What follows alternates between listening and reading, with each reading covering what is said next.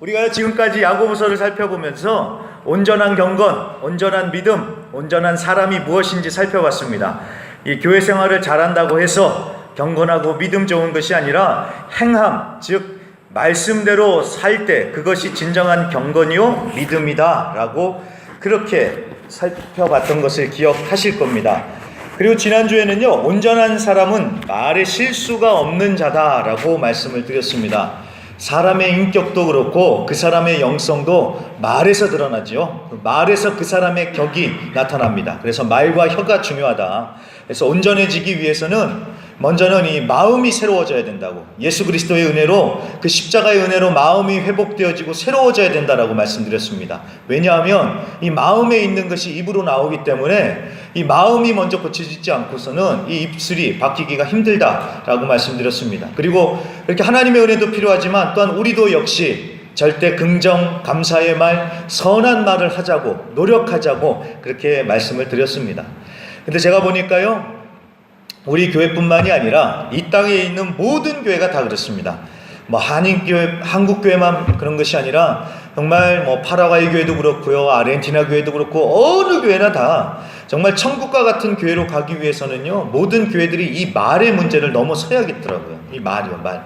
말로 사람을 상처 주고 말로 사람의 그 마음을 죽이고, 이게 아니라 정말 말로 사람을 세우고 위로하고 칭찬과 격려로 힘을 북돋아 줄 수 있는 우리 모든 성도님들이 되시기를 주님의 이름으로 간절히 부탁드립니다. 네, 말입니다. 말이 정말 중요합니다.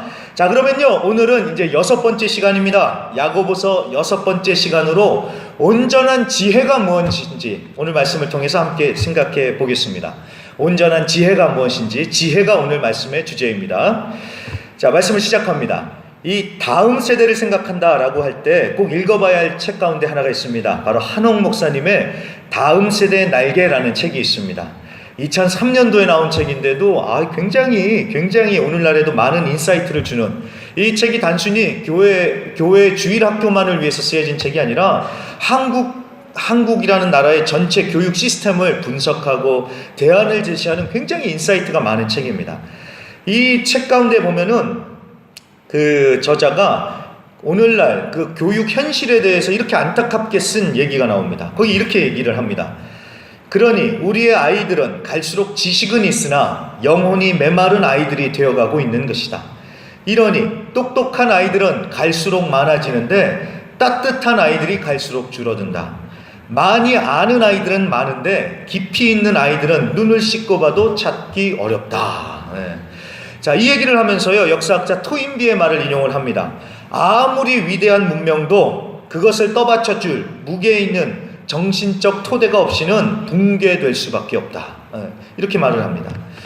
자, 여기서요, 제가 다른 말에 다 공감을 했지만 특별히 똑똑한 아이들은 많은데 따뜻한 아이들은 없다라는 말이 참 마음에 왔습니다. 이게 왜 그러냐면은 그 말이요, 오늘 우리가 읽었던 이 야고보서 이 말씀을 받는 교회의 상황을 그대로 보여주는, 반영하는 얘기이기 때문에 그렇습니다. 똑똑한 사람들은 많은데 마음이 따뜻한 사람들이 없었던 것 같아요. 네. 이걸 어디서 알 수 있냐면 13절에 보세요. 너희 중에 지혜와 총명이 있는 자가 누구냐라고 오늘 말씀이 시작됩니다. 자, 너희 중에 똑똑한 사람, 지혜 있는 사람, 총명한 사람이 누구냐라고 이렇게 지금 물어보는 것입니다. 이 말은요, 아마도 교회 안에서 자기가 좀 똑똑하다고 생각하면서 똑똑한 척을 했던 사람들이 있었던 것 같습니다. 예, 아는 것도 많은 것 같고 말도 잘하는 것 같은데 문제가 뭐냐면 은혜가 안 되고 덕을 세우기는커녕 오히려 교회 안에서 시기와 다툼을 초래하는 문제를 일으켰던 것 같습니다. 그래서 오늘 하시는 말씀이 아는 것만 많다고, 지식만 많다고 되는 것이 아니라 올바른 삶, 겸손함을 통해서 그 지혜가 드러나야 된다는 것입니다. 그래서 여러분, 말씀을 야고보서를 보시면 이제 하나로 깨어지시죠. 경건도 그렇고요, 믿음도 그렇고 지혜도 그렇고, 이게 다 말로가 전부가 아닙니다. 물론 배워서 알아야 돼요. 그리고 입으로도 말을 해야 됩니다. 하지만 거기서 그치는 것이 아니라 알고 배운 것을 실천해야지, 행해야지, 그러면서 아름다운 열매를 맺어야지 온전한 경건, 온전한 믿음, 온전한 지혜가 된다라는 것입니다. 그러니까 이것이 삶과 연결이 돼야 된다라는 것입니다. 그러면서 오늘 말씀해 보니까 지혜에도 두 가지 종류가 있대요. 하늘의 지혜와 땅의 지혜가 있다고 합니다. 하늘의 지혜라는 것은 하나님으로부터 오는 지혜이고요. 땅의 지혜는 정욕적인 것이요 귀신의 것이다 라고 이렇게 말씀을 해 주십니다. 자, 과연 이 두 가지 지혜가 어떤 차이가 있을까요? 저는 이렇게 정리했습니다. 마음의 자세 그리고 결과, 이 두 가지에서 차이가 난다라고 저는 이렇게 정리를 했습니다. 그래서 말씀을 보시면요, 이 땅의 지혜를 먼저 보면은, 이 땅의 지혜는 독한 시기와 다툼에서 시작이 되는 것을 알 수가 있습니다. 그리고 또 자기 자신을 높이는 마음에서 이 땅의 지혜는 시작이 됩니다. 그러다 보니까 어떤 결과가 옵니까? 혼란과 악한 결과를 초래한다고 오늘 말씀해 보면 그렇게 성경은 말씀을 합니다. 독한 시기와 다툼에서 그 지혜가 시작이 되고 그 마음 때문에 하는 거예요. 그 다음에 자기 자신을 높이려고 그 지혜를 보이고요. 그러다 보니까 혼란과 악한 결과가 초래된다라는 것입니다. 여기서요, 독한 시기라는 것은요, 이기적인 열정이라는 뜻입니다. 이기적인 열정. 열심히 하는데 다른 사람 말은 듣지도 않고요, 자기 의견만 앞세우면서 막 하는 거예요. 이것이 바로 여기서 말하는 독한 시기입니다. 다툼은 자기 생각을 막 밀어붙이기 위해서 편을 만드는 거예요. 편을 만들어 가지고 막 싸우는 겁니다. 그러니 왜 이렇게까지 할까요? 나를 보여줘야 되니까요. 그리고 자기 자신을 자랑하고 자기 뜻을 밀어붙여야 되니까 수를 쓰는 겁니다. 세상의 방법을 그대로 가져와서 이제 수를 쓰는 것이죠. 그러면서 지혜롭게 해야 돼 하면서 아무렇지도 않게 그렇게 넘어간다는 것입니다.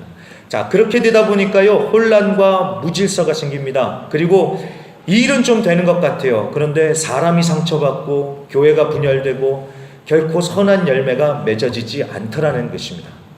이것이 바로 땅의 지혜의 특징입니다. 반대로요, 하늘의 지혜는 다르다는 거예요. 하늘의 지혜는요, 일단 마음의 중심이 내가 아니라 하나님입니다. 지혜의 근본은 하나님을 경외하는 것이라 그랬죠. 하나님을 경외하는 것이 하늘의 지혜의 특징입니다. 그래서 나 중심이 아니라 하나님 중심입니다. 그래가지고 내가 어떤 일을 할 때에, 어떤 결정을 내릴 때 내 중심이 아니라 하나님을 중심으로 결정을 내리고 선택을 합니다. 그래서 우리가 잘 생각해 봐야 됩니다. 우리가 매일 살면서 수많은 선택을 해야 되는데, 수많은 결정을 해야 되는데, 하나님을 경외함으로 하는지 아니면 하나님을 무시하고 내 마음대로 하는지 우리가 정말 잘 생각해 봐야 됩니다. 이런 말 많이 했지요. 예수님이라면 어떻게 하실까? 그 말처럼요, 결정을 내리기 전에 기도하면서 예수님의 마음으로 생각해보고 묵상을 하다 보면 좀 느려요. 그렇지만 정말 지혜로운 결정을 내릴 수 있습니다. 이 하형록 목사님이라는 분이 계시는데요, 이분이 그 미국의 목사님이신데 팀 하스라는 아주 유명한 건축회사를 하는 회장님이시기도 합니다. 근데 이분이 쓴 책 W31이라는 책이 있거든요. 그 책에 보면 이분이 어떻게 그렇게 사회적으로 쉽게 말해서 성공을 했는지 그 비결이 나옵니다. 무엇이 비결일까요? 비결이 다른 것이 아니더라고요. 하나님의 지혜가 담긴 잠언 31장을 그대로 적용을 했기 때문에 이분은 성공했다라고 얘기를 합니다. 잠언 31장 나중에 집에 가서 읽어보세요. 하나님의 지혜로 성공을 했다는 거예요. 그러면서 이분이 하시는 얘기가 이렇습니다. 지혜를 구한다는 것은 예수님의 방식을 구하는 것이다. 이렇게 얘기를 합니다. 우리가 하나님 지혜를 주세요, 해결 방법을 주세요 이렇게 구할 때 우리는 이렇게 생각을 하잖아요. 하나님께서 뭔가 특별한 아이디어를 주시거나 아니면 뭔가 굉장한 기똥찬 아이디어를 주시는 것, 이것을 지혜라고 생각하지 않습니까? 근데 이분은 얘기하시는 게 이거래요. 하나님의 방법을 구하라. 그게 바로 지혜라는 것입니다. 내 방식이 아닌 하나님의 방식을 구하면서 하나님의 방식대로 하는 것이 지혜다, 지혜로운 삶이다 라고 말을 합니다. 그렇습니다, 여러분. 내 방식이 아닌 예수님의 방식을 구하려면요, 먼저 뭐부터 해야 되겠습니까? 먼저 내 방식을 내려놔야 되죠. 그리고 하나님 앞에 엎드려야 되죠. 그리고 내 중심이 아닌 하나님 중심으로 생각을 해야 됩니다. 그럴 때 진정 하늘의 지혜를 받아서 하늘의 지혜로 행하게 되는 것입니다. 그렇기 때문에 하늘의 지혜는 중심이 내가 아니라 하나님이라는 사실을 우리가 반드시 기억해야겠습니다. 그리고 17절의 말씀처럼요, 이 하늘의 지혜는 성결, 화평, 관용, 양순, 긍휼, 선한 열매가 가득하고요, 또 편견과 거짓이 없다라는 것이 또 다른 특징입니다. 깊이 살펴보진 않겠지만 그래도 단어 하나하나를 좀 살펴보면요, 먼저 성결이라는 말은 순결하다는 말이죠. 네, 하나님을 향한 온전한 마음, 깨끗하고 순결한 태도나 동기입니다. 지혜롭게 일을 하더라도요, 하는 것은 같아 보일 수 있지만 마음이 중요하다는 것입니다. 그 마음 가운데 어떤 마음이 있어야 됩니까? 하나님을 향한 온전한 마음, 깨끗하고 순결한 태도, 동기, 즉 성결이 있어야 된다는 것입니다. 둘째로 화평은요, 말 그대로 싸움을 일으키는 것이 아니라 화평, 즉 샬롬을 가져온다는 것입니다. 이게 하늘의 지혜의 특징입니다. 세 번째, 관용을 말하죠. 관용은 다 받아주는 거지만 무조건 다 받아주고 덮어주는 것이 관용이 아닙니다. 진짜 관용은요, 죄와 사람을 구분할 줄 알아야 됩니다. 이게 무슨 말이냐면, 죄는 분명히 이거는 고쳐야 돼요. 이건 얘기를 해서 실수를 하면 안 돼요. 그렇지만 죄를 탓하긴 탓해야 되지만 사람은요, 품어줄 수 있는 것이 진짜 관용이라는 것입니다. 어떤 상황이 있냐면, 죄와 사람을요 똑같이 한 대 묶어가지고 그냥 같이 혼내버리고 지적을 해버려요. 그게 아니라는 것이죠. 죄와 사람을 구분을 해서 죄는 분명히 말하고 지적은 하되 그 사람은 품어줄 수 있는 것, 이것이 진짜 관용이다라는 것입니다. 관용이 이해가 되시죠? 그 다음에 양순이라는 말이 있습니다. 양순은 잘 순종한다라는 뜻입니다.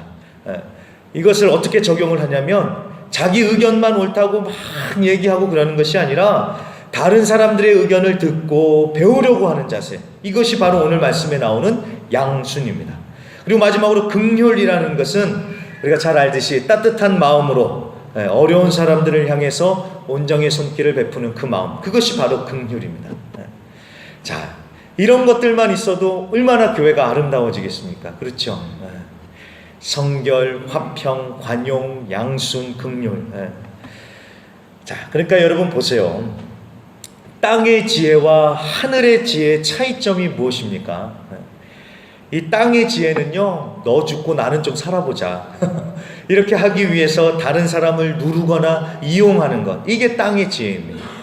그런데 반대로 하늘의 지혜는요, 우리 다 같이 한번 살아보자 라고 하면서 살 방법을 찾는 것, 이것이 바로 하늘의 지혜다라는 것입니다. 제가 수요 예배 때도 말씀을 드렸지만 어느 결혼식에 갔더니 주례하시는 목사님이 살림을 우습게 보지 말라고 얘기를 하세요. 살림을요, 집 청소하고 빨래하고 밥하고 이러는 것 절대로 무시하지 말래요. 살림떼기 이런 말 쓰지 말래요. 왜냐하면요, 살림은 말 그대로 살림이래요. 살림. 즉 살리는 일이래요. 살리는 일. 이해가 되셨습니까? 살림의 반대말이 무슨 말입니까? 죽임이죠. 우리 주부님들이 여기서 막 좀 어깨를 좀 피셔도 돼요. 집에서 밥하고 빨래하시고 청소하는 게 이게 그냥 보통 일이 아니라 살리는 일을 하고 계시는 거예요. 별로 안 기뻐하시는 것 같네요. 대단한 일을 하시는 겁니다. 주부님들이 살림을 하고 계시기 때문에 가정이 사는 것입니다. 교회도 마찬가지입니다. 교회도 살림하는 교회가 되어야 됩니다. 예수의 이름으로 모여서 영혼이 살고 서로 세워주는 것이 교회 아니겠습니까? 나를 드러내고 내 뜻을 이루기 위해서 다른 사람을 죽이는 것이 교회가 아니라 다른 사람을 살리는 것이 진정한 교회의 모습임을 믿습니다. 자, 이렇게 살림의 역사가 있을 때 그 지혜가 진정 하늘로부터 오는 지혜다라는 것입니다. 그냥 막 빨리빨리만 해서 지혜가 아니라요, 물론 타이밍이 중요합니다. 이 일에는 타이밍이 중요하지만, 근데 우리가 생각해야 될 것은 막 빨리만 하겠다고 해가지고 그러다가 사람이 다치면 무슨 은혜가 있고 무슨 소용이 있겠습니까?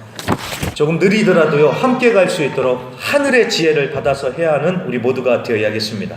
그래서요, 마지막 절입니다. 18절에 보시면요, 최종적으로 이렇게 말씀하죠. 화평케 하는 자들은 화평으로 심어 의의 열매를 거두느니라. 아멘. 하늘의 지혜로 행할 때 어떤 일이 벌어집니까? 결정적으로 화평케 한다는 것입니다. 이것이 결론입니다. 하늘의 지혜를 받아서 할 때 화평케 되는 역사가 있다라는 것입니다. 하늘의 지혜의 결과는 화평입니다. 다툼과 싸움이 아닌 화평이 하늘의 지혜로 거두는 열매다라는 것입니다. 여러분, 정말 하나님의 교회에는요, 이런 사람들이 있어야 됩니다. 이런 지혜 있는 사람들이 있어야 됩니다. 그러할 때 정말 천국과 같은 교회가 되는 것입니다. 똑똑해서 허물을 지적하고 비판하기만 하는 것이 아니라 그 약한 것을 보면서 기도하고 품어주고 어떻게든지 좀 살려보려고 하는 정말 지혜로운 사람들이 있을 때 교회가 천국과 같은 교회가 되는 것입니다. 사실 여러분, 우리가 잘 아셔야 될 것이요, 사실 누구는 바볼에서 쓴소리를 못하겠습니까?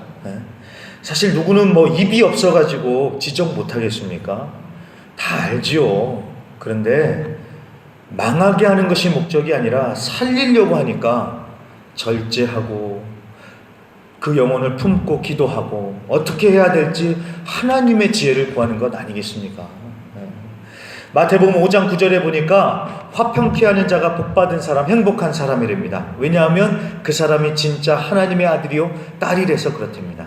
그 말은요, 하나님의 자녀라면 화평케 하는 자가 되어야 한다는 것입니다. 저나 여러분이나 우리가 가는 곳마다 그곳에 화평이 있어야 합니다. 다투고 분열이 일어나는 곳도 우리가 그곳에 간다면 싸움이 그치고 관계가 회복되어지고 하나 되는 역사가 있어야 된다라는 것입니다. 전에요, 어디서 읽었는데 이 글이 이 설교를 준비하다 확 떠올랐습니다. 싸우지만 않아도 교회는 부흥된다. 그 글의 제목이 이래요. 와, 제가 그 글을 그 당시에 읽었을 때는요, 막 웃었습니다. 그래. 그러면서 곧바로 막 가슴을 쳤습니다.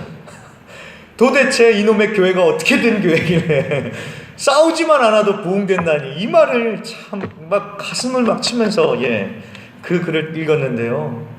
참 근데 한국 교회만이 아니라 모든 교회가 처한 현실이죠. 여러분, 정말 다툼 없이 우리가 화평케 하는 자가 된다면 천국과 같은 교회요, 부흥하는 교회가 될 줄로 믿습니다. 그래서요, 저는 오늘 이 설교를 통해서 이런 마음을 갖기를 좀 부탁드립니다. 여러분, 지구의 평화는 누가 지킬까요? 뜬금없지요? 괜찮습니다. 누가 지키든 상관없습니다. 독수리 오형제가 지켜도 괜찮고 태권브이가 지켜도 괜찮은데, 아무튼 지구의 평화는 그 사람들이 지켜도 괜찮은데, 사람 간의 평화는 누가 지킵니까? 저나 우리 성도님들이 지켜야 될 줄로 믿습니다. 교회의 평화는 우리 성도님들이나 저나 우리 모두가 지켜나가야 된다는 것입니다. 그래서 말씀을 마치기 전에요, 도대체 어떻게 하늘의 지혜를 받아서 화평케 하는 역할을 감당할 수 있을까? 3가지만 살펴보고 말씀을 마치도록 하겠습니다. 첫째는요, 예수님의 십자가를 꼭 기억해 주십시오. 사람과 사람 사이를 화목하게 할 수 있는 유일한 해결 방법은 십자가밖에 없습니다. 십자가의 능력밖에 없습니다. 우리는요, 보통 돈이 없어서 가족들 간에 싸우고 가정이 불화가 있다고 생각을 합니다. 어느 정도는 좀 있어야죠. 그렇지만 그렇다고 돈만 있으면 화평할까요? 행복할까요? 절대 그렇지 않습니다. 여러분, 본질은요, 돈이 없어서가 아니라 예수님이 안 계시기 때문에 화평하지 못한 것입니다. 예수님의 십자가만이 해결의 답이라는 것을 여러분 분명히 마음에 새기고 있어야 된다라는 것입니다. 무조건 내 힘으로 어떻게 해보겠다가 아니라 예수님의 십자가를 꼭 기억하시면서 화평의 도구로 쓰임받으시기를 부탁드립니다. 두 번째는요, 말의 중요성입니다. 말이요. 이 화평의 도구로 쓰임받기 위해서는 정말 말을 지혜롭게 해야 됩니다. 중간에서 말을 지혜롭게 잘 전해야 돼요. 똑같은 말이라도 어떻게 말하느냐에 따라서 싸움을 일으킬 수도 있고요, 또 싸움을 말릴 수 있는 것 아니겠습니까? 그리고 만약에 누군가가 딱 찾아와가지고 어떤 사람에 대해서 나쁜 소문을 얘기하면은 아이고 정말 그랬냐고 하면서 맞장구를 치면 안 되겠지요. 끊어야죠. 그러지 말라고, 오해가 있지 않았냐고 하면서 끊어야죠. 아이고 같이 맞장구를 치면서 그래 하면은 안 되겠죠. 말입니다. 화평케 하는 자가 되기 위해서는 정말 말에 지혜가 있어야겠습니다. 정말 지혜를 구하시면서요, 정말 말을 통해서 화평의 도구로 쓰임받으시는 우리 성도님들이 되시기를 부탁드립니다. 그리고 마지막 3번째는요, 정말 이 부분이 중요한데, 화평케 하는 자로 쓰임받기 위해서는 좀 손해보는 훈련이 필요합니다. 손해보는 훈련이요. 이 말은요, 좀 져주고, 좀 양보해주고, 좀 내가 손해보겠다고 생각하면은 일이 수월해진다라는 것입니다. 예, 손해볼 줄 알아야 돼요. 여러분, 이런 얘기를 들어보셨습니까? 사탕 10개를 3명이 나눠 먹어야 된대요. 사탕 10개를 3명이요. 자, 어떻게 이거를 나눠 먹을 수 있을까요? 네, 어떻게 하시겠습니까? 우리 성도님들이라면. 사탕 10개를 3명이 나눠 먹는다면.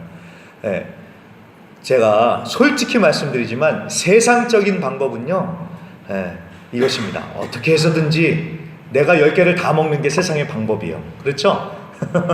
협박을 하든지 속이든지 사기를 치든지 도둑질을 하든지 어떻게 해서든지 그 10개를 내가 다 먹는 것이 세상의 방법입니다. 10개가 좀 심했다 그러면 8대 1대 1로 나누든지 아니면 정말 눈물을 머금고 6대 2대 2로 나누는 것, 이게 세상의 방법이요. 그렇죠? 네, 세상의 방법은 내가 다 먹는 거예요. 어떻게 해서든지 내가 다른 사람들보다 더 많이 먹는 것, 이게 세상의 방법입니다. 자, 조금 똑똑한 사람은 어떻게 할까요? 네, 3개를 딱 나누고 하나가 남으면 네, 자를 가지고 오고 저울을 가지고 와가지고 뭐 똑같이 잘라가지고 나누려고 하겠죠? 이게 똑똑한 사람들일 겁니다. 근데 여러분, 우리는 세상적으로도 안 되고 똑똑하기만 해서도 안 되잖아요. 똑똑하되 마음은 따뜻한 지혜로운 사람이 돼야 되지 않겠습니까? 자, 지혜로운 사람이라면 어떻게 할까요? 먼저 3개를 딱 3개씩 딱 나누겠죠. 그리고 하나가 남으면 어떻게 할까요? 이거는 너 먹어. 그럼 이 사람은 어떻게 할까요? 내 거 줄게, 하면서 내 걸 주는 거예요. 자, 그러면 싸울까요? 안 싸울까요? 안 싸우겠죠. 화평이 있겠죠. 자, 내가 조금만 손해보면요, 충분히 화평을 이룰 수 있다라는 것입니다. 그렇지 않고 막 서로 이기겠다고 막 달려들고 서로 손해 안 보겠다고 하면은 싸우는 거예요. 그렇지만 누군가 한 사람 정말 하나님의 지혜를 받아서 좀 양보하고 좀 손해본다면 그 안에 정말 놀라운 화평의 역사가 일어나지 않겠습니까? 말은 쉬운데 쉽지 않겠죠? 네. 그렇지만 우리 하나님의 자녀들로서 정말 이렇게 화평의 도구로 쓰임받는 정말 지혜로운 사람들이 되어야겠습니다. 그래서 우리 성도님들께 말씀을 마치면서 부탁드립니다. 정말 천국과 같은 교회로 세워지려면 우리가 세상의 지혜, 땅의 지혜가 아닌 하나님의 지혜를 받아서 살아가는 자들이 되어야겠습니다. 그리고 하나님의 지혜를 받은 자들의 결과는 무엇이라고요? 화평입니다. 화평. 정말 우리 교회가, 우리 모든 성도님들이 이 화평의 하늘의 지혜를 받아서 가정도 그렇고 교회도 그렇고 섬기는 사업장도 그렇고 정말 화평의 역사가 넘쳐나는 그런 은혜가 있으시기를 주님의 이름으로 간절히 부탁드립니다.